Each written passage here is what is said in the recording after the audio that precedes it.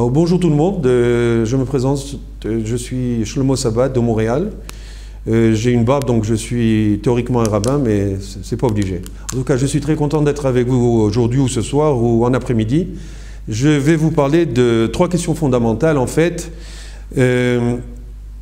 Premièrement, y a-t-il un créateur? Deuxièmement, s'il y a un créateur, est-ce que ce que disent les scientifiques par rapport à l'évolution, la théorie de l'évolution est vrai?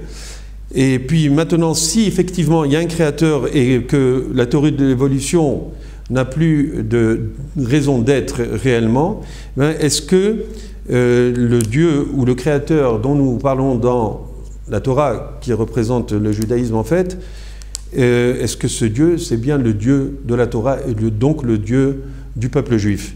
Ce sont 3 questions fondamentales qui sont absolument importantes d'élucider et donc d'expliquer. Alors avant tout, je voudrais vous montrer, vous présenter le verre. Vous voyez le verre? Eh bien, ce verre-là, vous pensez que c'est difficile de le créer ou pas?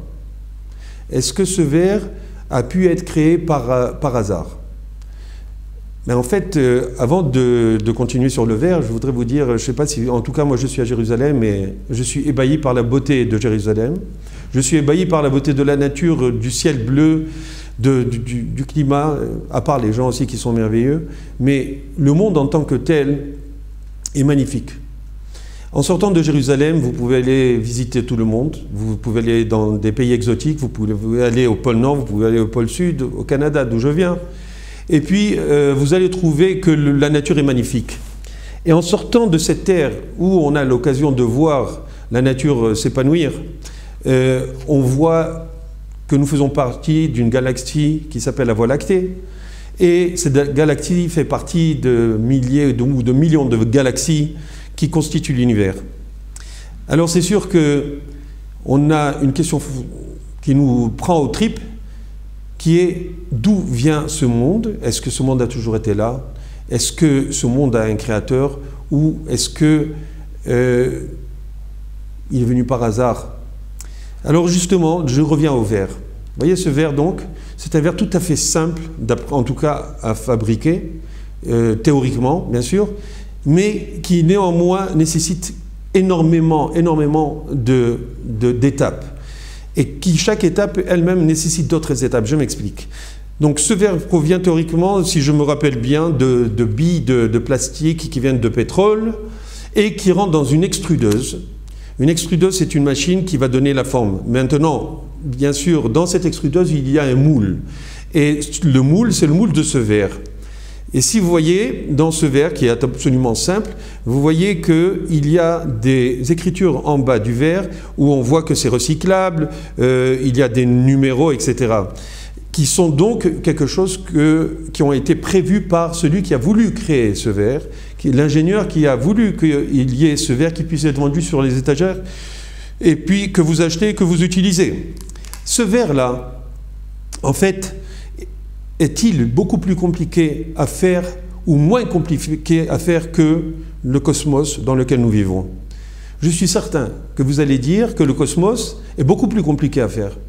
Parce que dans le cosmos, il n'y a pas juste les roches ou les arbres ou l'eau qui coule ou les oiseaux qui gazouillent, mais vous-même, vous êtes l'appareil le plus compliqué à fabriquer. L'être humain est extrêmement compliqué à faire. Et donc, un verre comme celui-ci est de beaucoup plus facile qu'à faire un être humain. Si nous ne sommes pas d'accord, vous pouvez éteindre tout de suite et puis il n'y a pas de problème, vous n'avez pas à continuer à écouter ce que j'ai à dire.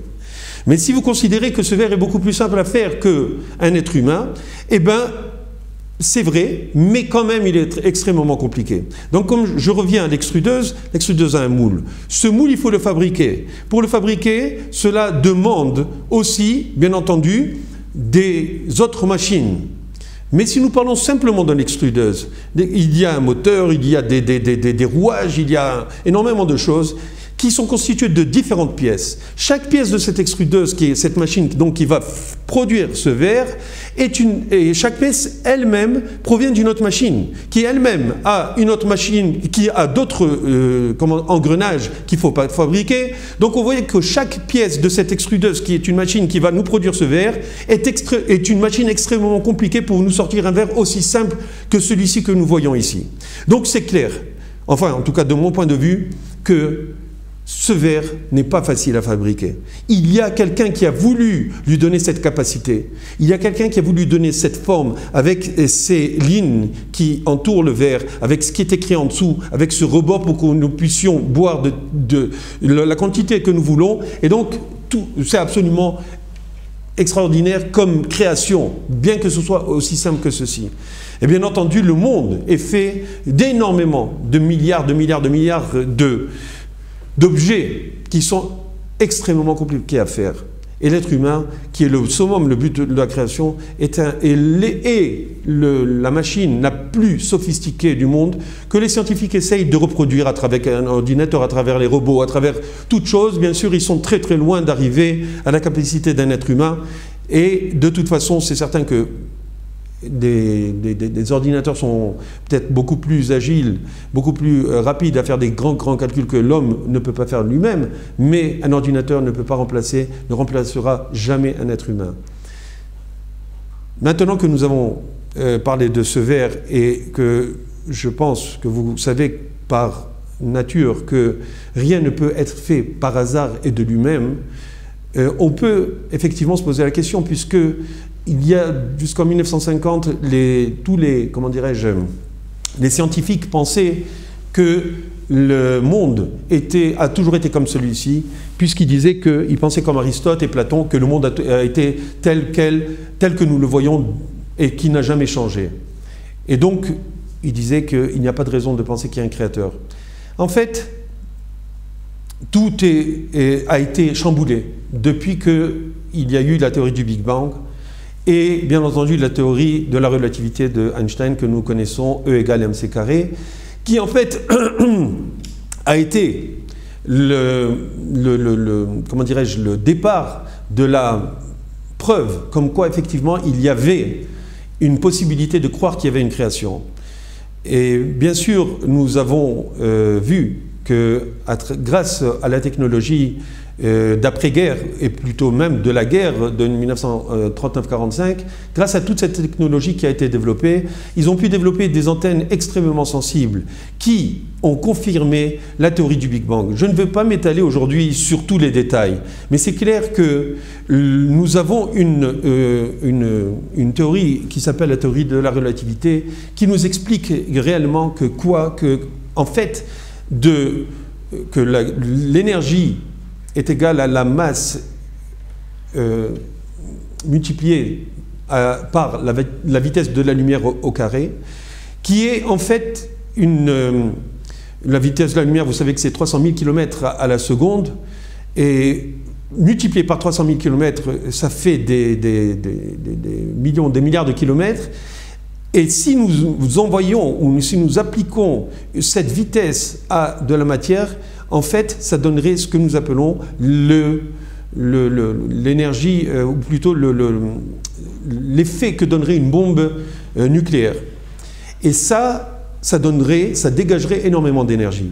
En fait, ce que disent les scientifiques, je le dis d'une façon très succincte parce que je n'ai pas aujourd'hui tout le temps, simplement, de vous expliquer tous les détails, mais il est clair que d'après des scientifiques tels que le professeur Nathan Aviezer ou le professeur, comment dirais-je, celui qui a écrit The Science of God, Gerhard Schröder, ou d'autres qui vont vous expliquer qu'en fait, de la même manière que l'énergie est égale à la masse multipliée par la vitesse de la lumière au carré, en fait, on peut prendre l'inverse, c'est-à-dire que si nous avons énormément d'énergie, et que nous utiliserions, eh bien nous pourrions créer de la matière. Donc la matière multipliée par la vitesse de la lumière au carré, si à ce moment-là nous appliquions cette vitesse, ça donnerait de l'énergie. En fait, il faudrait énormément d'énergie pour créer de la matière. Donc l'équation, puisque c'est ça le propre d'une équation, c'est une égalité entre les deux choses. Effectivement, c'est la base de la théorie de l'évolution, excusez-moi, du Big Bang, puisque à partir d'un point extrêmement concentré d'énergie, le monde, le cosmos a pris. C'est-à-dire qu'il y a eu le Big Bang, il y a eu la dilatation de cette énergie qui a donné les planètes, qui a donné les étoiles, qui a donné les trous noirs et tout ce que vous pouvez voir dans l'univers. Tous les scientifiques, pratiquement, en tout cas je n'en connais pas, sont d'accord que ce n'est plus une théorie, la théorie du Big Bang, mais c'est une loi, pratiquement. Tout le monde est d'accord qu'il y a eu un commencement. Et c'est là le premier chamboulement. Tout le monde est d'accord qu'il y a eu un départ à la création. C'est vrai que le propre du scientifique, c'est de ne jamais être satisfait de ce qu'il a trouvé. Et donc il va toujours essayer de chercher qu'est-ce qu'il y avait avant le Big Bang. Effectivement, probablement qu'il y a eu quelque chose avant le Big Bang, mais qu'est-ce qu'il y avait? Nous savons que dans la lettre de Bereshit, le bête de Bereshit, nous savons que nous ne pouvons pas poser les questions de ce qu'il y a eu avant le commencement. Au commencement, il y a eu le commencement, c'est-à-dire le Big Bang. Et effectivement, selon le Big Bang, ça fait 15 à peut-être 16 milliards d'années, je veux dire. Et donc, on pourrait se poser la question, comment ça se passe? Comment c'est possible que ça fonctionnerait avec notre calendrier qui est en fait de 6000 ans maximum, puisque nous sommes en 5775? Et alors, comment allier les deux choses? Alors, vous me direz, alors c'est clair que c'est une question. Effectivement, il faut d'abord savoir que les 6 jours de la création tels qu'ils sont relatés dans la Torah ne sont pas en contradiction avec les scientifiques. Okay? Les scientifiques disent que ça fait 15 milliards d'années, disons en moyenne. Eh bien, en fait, ça ne dérange pas, parce que les 6 premiers jours de la création ne sont pas comptés. Et je répète, ne sont pas comptés dans le calendrier juif. Ces 6 jours de la création ne sont pas comptés. Et il y a une petite chose que vous pourrez vérifier vous-même. Vous savez que le soleil et la terre, le soleil et les étoiles ont été créés le 4e jour. D'accord? Si le soleil a été créé le 4e jour, comment ça se ferait que le premier jour, il y ait eu un jour ou une nuit et un matin? Vaï Erev, ce qu'on appelle Erev le soir, Vaï Boker le matin. Donc comment ça se ferait qu'il y ait eu le premier jour un soir et un matin s'il n'y avait pas de soleil? Or, le soleil a été créé le 4e jour. En fait, c'est clair que la lumière qui a été créée au premier jour est une autre sorte de lumière. C'est la lumière de la création qui a disparu puisqu'elle s'est dilatée et puis ça a donné le monde tel que nous l'avons. Donc en fait, on voit bien que si vous voyez chaque jour de la création, le premier jour on a dit « Vaïerev, Vaïboker », il y a eu un soir, il y a eu un matin, premier jour 1. Ensuite, de second jour, Vaïerev, Vaïboker, second jour, 3e jour, 4e jour, 5e jour, même le 4e jour, on dit Vaïerev, Vaïboker, et on continue encore. Le 5e jour, Vaïerev, Vaïboker, il y a eu soir et un matin, le 6e jour encore, et après on a dit Yom HaShishi. Donc on voit qu'en fait, le principe de jour tel ou de période ou d'époque qui correspondent à des jours dans la création ne sont pas liés au soleil et donc ne sont pas liés aux 24 heures telles que nous les connaissons de nos jours. D'ailleurs, le Sforno, qui est un des commentateurs, je pense du XVIIe ou XVIe siècle, nous le dit bien. Il nous dit que le monde ne se comportait pas de la même manière au niveau du temps. Le temps tel que nous l'avions avant n'est pas le même temps que nous avons actuellement. Bien que le Ramban va dire que, en fin de compte, c'était des journées de 24 heures, il resterait à voir que ces journées-là sont décrites du point de vue de la Torah, du Créateur et non de la création. La création est une chose, mais au niveau du Créateur, parce que c'est clair que dans l'espace, dans le monde, dans le cosmos, le temps ne se comporte pas de la même manière, que ce soit sur Jupiter, sur Mars ou sur la Terre. Ce n'est pas le même temps, il est dilaté différemment en fonction de l'endroit où on se trouve, de la vélocité de la planète, là où on se trouve, etc. Donc il y a une... C'est un fait scientifique qui a été établi. Donc nous revenons à ce que nous disions. Si maintenant nous comprenons que le monde a été créé, selon les scientifiques, ça fait 15 milliards d'années. En fait, c'était pendant les 6 jours avant la création. À partir de Adam Arishon, le monde se comporte avec des jours, des années et des mois tels que ça a été écrit. À partir de ce moment-là, on voit qu'on donne les âges de chaque, de Adam Arishon, de premier homme, de ses enfants, etc. Tout se comporte comme dans un calendrier que nous avons actuellement. D'accord? Donc maintenant, ce que je voulais dire, et je reviens, c'est que les scientifiques parlent, et même nous-mêmes, nous savons qu'il y a eu un départ, Bereshit, Big Bang, Bereshit bara, Big Bang. Et bien regardez, à partir de ce moment-là, nous pouvons comprendre les choses qui se sont passées. Les scientifiques essayent de voir qu'est-ce qui se passe avant ce Big Bang. Et c'est tout à fait légitime. C'est tout à fait légitime, ils veulent savoir d'où vient ce Big Bang. Sachez une chose, ce que le Ramban, ça fait à peu près 750 ans, 800 ans, que le Ramban Nachmanide nous a expliqué déjà que le monde venait d'une graine aussi petite qu'une graine de moutarde, ok, et qui n'a pas de mamachout. Qui n'a pas de mamachout, c'est-à-dire qui n'a pas de substance, sans substance. Et de là est venu tout l'univers.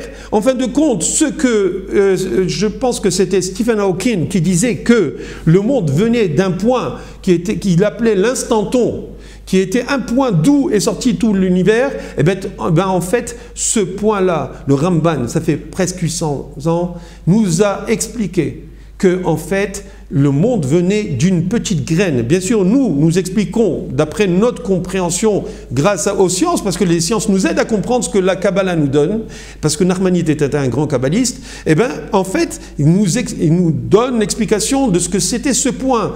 Qu'est-ce qui est sans substance? Eh bien, c'est l'énergie. Qu'est-ce qui était un point extrêmement pointu, c'est-à-dire qui est extrêmement petit, d'énergie, mais intense, au point de donner tout l'univers que nous avons, eh bien, c'était cette graine que le Ramban nous explique.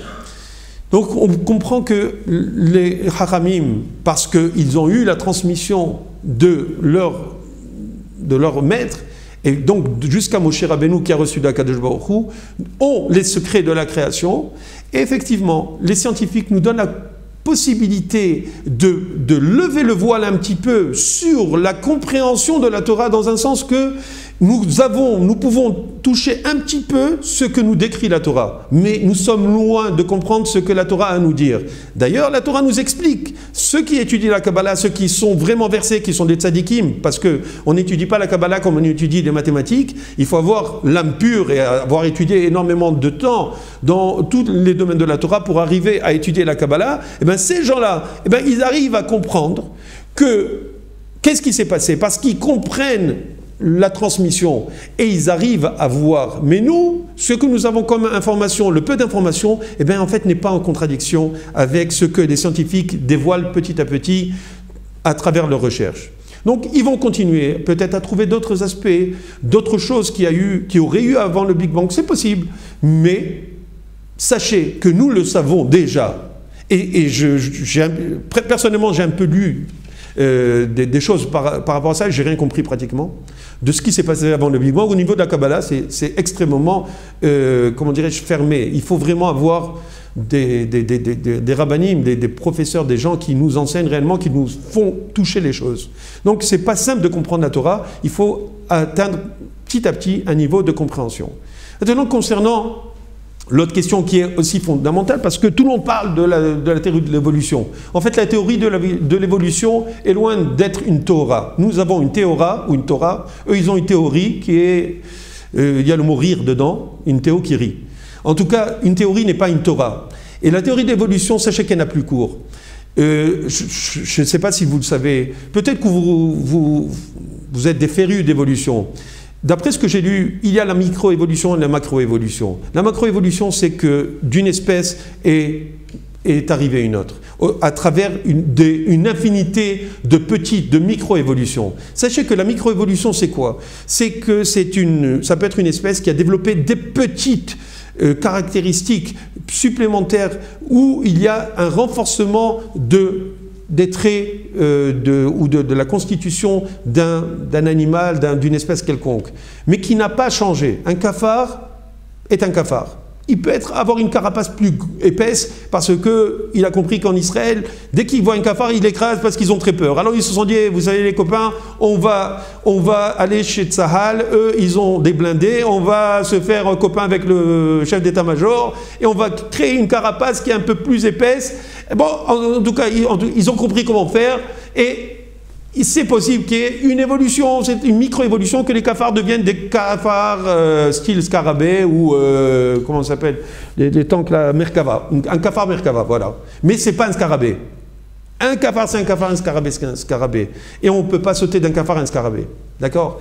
Et justement, ce que les évolutionnistes de la théorie de l'évolution disent, c'est qu'en fait, les cafards, ok, ils peuvent, à travers des milliards d'années, devenir des scarabées. Pas des milliards, mais disons plus des millions, parce que selon les calculs, du moment où il y a eu la Terre, il y a des millions de règne animal, il y a eu des millions d'années, et à travers des millions d'années, on appelle cela la sélection naturelle. Autrement dit, les monsieur cafard et madame cafard se multiplient, mais comme ils se choisissent solides et forts, ben ça va donner des rejetons qui sont plus forts, et petit à petit ils vont créer un cafard plus fort, jusqu'à devenir éventuellement quelque chose. La théorie de l'évolution parle d'une amibe qui est devenue un homme, en passant par le chimpanzé et Cro-Magnon et Néandertal et ce que vous voulez. Maintenant, est-ce que c'est vrai ou pas? Alors, effectivement, le professeur Stephen Gould, qui était, parce qu'il est niftar, il est mort, je pense que c'est un juif, c'est Gould,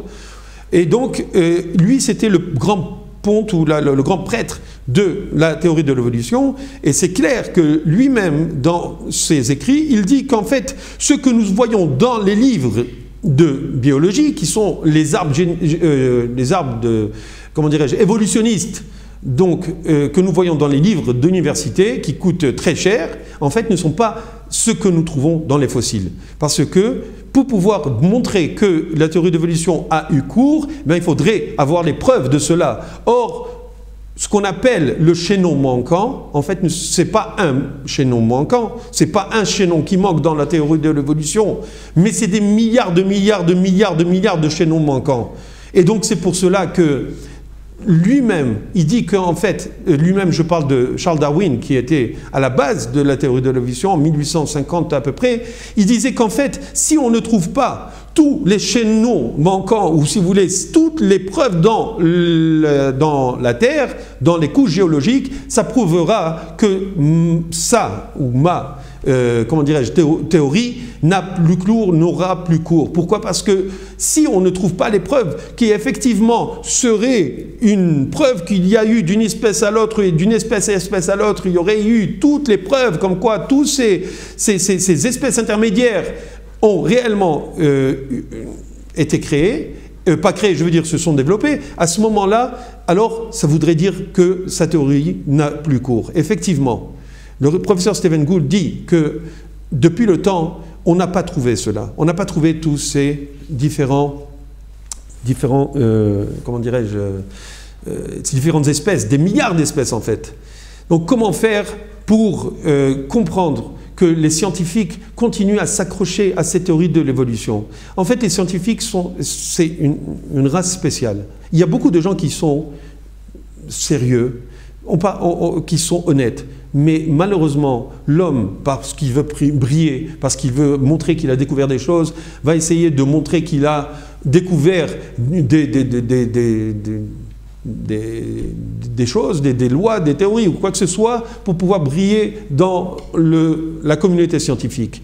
Mais si nous prenons les grands scientifiques, eux-mêmes savent qu'ils n'ont pas fini d'apprendre et eux-mêmes savent que en fait, ce chaînon manquant en fait, correspond à des milliards de chaînons que nous ne trouverons pas. Parce que depuis 1850, nous avons creusé de tous les côtés de la Terre. C'est vrai que nous trouvons des espèces qui seraient des espèces qui sont plus développées, parce que dans la Torah, nous ne disons pas qu'il n'y a que des espèces qui sont qui seraient uniques et puis qu'il n'y aurait rien. Non, il y a des espèces qui sont plus développées que d'autres, mais ça ne veut pas dire qu'elles n'ont pas été créées, parce que une espèce peut s'arrêter dans le temps d'être et on verra qu'il y a d'autres espèces qui ont été créées, qui ne sont pas venues à partir des espèces qui étaient précédentes. D'ailleurs, ce qui est important de savoir, c'est que les ours polaires, par exemple, les ours polaires sont en voie de disparition. Comment ça se fait que les ours polaires sont en voie de disparition? Pour une raison ou une autre. Il y a le réchauffement de la planète, ils ont en plus de mal de s'adapter à leur environnement. Il se pourrait que d'ici 100 ans ou 200 ans, on ne trouve plus d'ours polaires, à moins que de les garder dans des zoos. Maintenant, c'est pas seulement eux. Nous avons eu les dinosaures, ils ont existé, ils se sont éteints, comme d'autres espèces se sont éteintes depuis le temps. C'est quelque chose qui vient à travers les âges. Maintenant, nous savons, vous allez me poser, alors comment ça se fait, Néandertal, Cro-Magnon, etc. Sachez que, je ne veux pas trop m'étaler, mais sachez que dans la Torah, dans le Yerushalmi, le Talmud de Jérusalem, on parle de ce que nous appelons les Adné Hassadé. Adné Hassadé, ce sont des seigneurs des champs. Les seigneurs des champs sont on explique là-bas, que ce sont, enfin, il y a plusieurs explications, dont une qui dit que ce sont des animaux qui ressemblent à des hommes, autrement dit des types de singes ou des types d'hommes, des hominidés ou des idées d'hommes, okay, qui ressembleraient à des hommes, mais qui, eux, ne sont pas des hommes. D'accord? Ce sont des créatures plus développées que d'autres. Et ces créatures plus développées ont pu exister effectivement, ont existé, puisque nous voyons Cro-Magnon, Néandertal, qui eux-mêmes, sachez-le, ont vécu des moments spécifiques dans l'histoire où on voit qu'ils ont été, comment dirais-je, ils ont apparu et ils ont disparu après des dizaines de milliers d'années. Donc nous, dans l'histoire de l'évolution, entre guillemets, des espèces qui précédaient l'homme, mais qui ne sont pas des ancêtres de l'homme, mais qui sont des antérieures d'hommes ou des espèces d'hominidés, comme on dirait, qui sont simplement antérieures à l'homme. Et donc, ils ne sont pas des grands-pères ou des arrière-grands-pères de l'homme. Alors, ça, c'était pour en finir un petit peu, rapidement, parce que nous n'avons pas le temps de tout développer, de tout montrer à travers une caméra.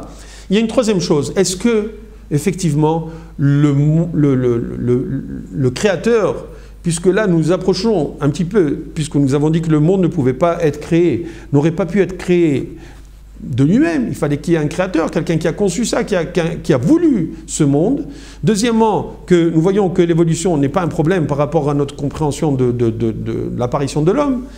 Et maintenant que nous savons que, effectivement, la Torah parle justement d'une création, parle de l'homme qui a été créé, des espèces qui ont été créées selon les journées de la création, et bien la troisième chose que nous devons nous poser comme question, est-ce que ce Dieu que nous voyons aujourd'hui, auquel nous nous référons aujourd'hui, c'est bien le Dieu du peuple d'Israël, le Dieu des Juifs. Alors, je ne veux pas rentrer dans trop de détails parce que ça prendra encore beaucoup de temps à expliquer. Mais il y a une chose que je peux vous dire, c'est que nous sommes à peu près 13 millions de Juifs, probablement la moitié au moins, ou un peu plus même, croient que vraiment il y a un Dieu. Mais la question est de savoir, est-ce que nous sommes les seuls à croire qu'il y a un Dieu? Sachez qu'il y a à peu près 1,5 milliard de chrétiens, il y a 1,5 milliard de musulmans. Ces 3 milliards de personnes font référence à la Bible dont nous sommes les dépositaires, que nous avons reçus de Akadosh Baruch Hu, que nous avons reçus à travers Moshe Rabbeinu, le prophète des prophètes, et qui, lui, à partir de cette Bible, a donné, bien sûr, les autres religions, les autres grandes religions. Je ne parle pas du bouddhisme ou d'autres religions qui eux-mêmes sont des religions, donc ils font référence à Dieu. Mais le Dieu des Juifs tel que nous le voyons dans la Bible, c'est celui dont parle ce qu'ils appellent le Nouveau Testament, et c'est ce qu'ils appellent aussi, ce dont ils parlent dans le Coran, qui font référence constamment à la Torah de Moshe Rabbeinu. Ça, c'est une des choses pour laquelle je voudrais vous dire simplement que le Dieu, c'est vrai que ça ne prouve rien, ça ne prouve pas que Dieu, c'est le Dieu de l'univers, mais ça, nous l'avons déjà expliqué. Mais à partir du moment où il y a un créateur, à partir du moment où on a une Torah, à partir du moment où la moitié de l'humanité croit que cette Torah, c'est vraiment la Torah que Dieu nous a donnée, parce que la révélation divine qui a eu lieu au mont Sinaï, c'est une révélation qui a été unique dans l'histoire de l'humanité et qui ne se reproduira jamais. D'ailleurs, la Torah nous le dit dans une de ses prophéties dans Devarim, dans la paracha Vaïtranan, il me semble, elle dit que jamais Dieu ne se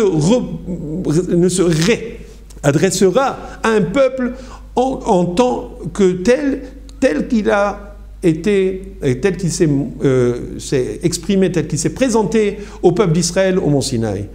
Et donc, depuis le temps où nous avons eu cette révélation, nous avons eu un système qui s'appelle la Torah, avec toutes ses mitzvot, avec toutes ses preuves, avec toute son histoire, avec toutes ses précisions, qui font en fait, qui ont protégé cette transmission, cette révélation divine, qui a été transmise, bien sûr, devant toute l'humanité, mais qui a été acceptée par le peuple juif. Et ce peuple juif qui lui-même, plus tard, a été la référence pour les autres grandes religions, qui en lui-même a été le berceau de toutes les grandes religions du monde. Effectivement, eux-mêmes, nous, les Juifs, avec toutes les mitzvot que nous faisons, le fait simplement d'écrire un Sefer Torah. Parce que vous sachez que Moshe Rabbeinu, avant de partir, il a écrit 13 Sefer Torah. Et nous-mêmes, nous écrivons un Sefer Torah, nous avons la mitzvah d'écrire un Sefer Torah, qui est la dernière mitzvah d'écrire. La dernière mitzvah que nous avons à faire, qui est, comment dirais-je, ordonnée dans la Torah. Et cette écriture de Sefer Torah, en fait, c'est un vote constant. C'est un plébiscite pour dire qu'en fait, la révélation divine a toujours eu lieu.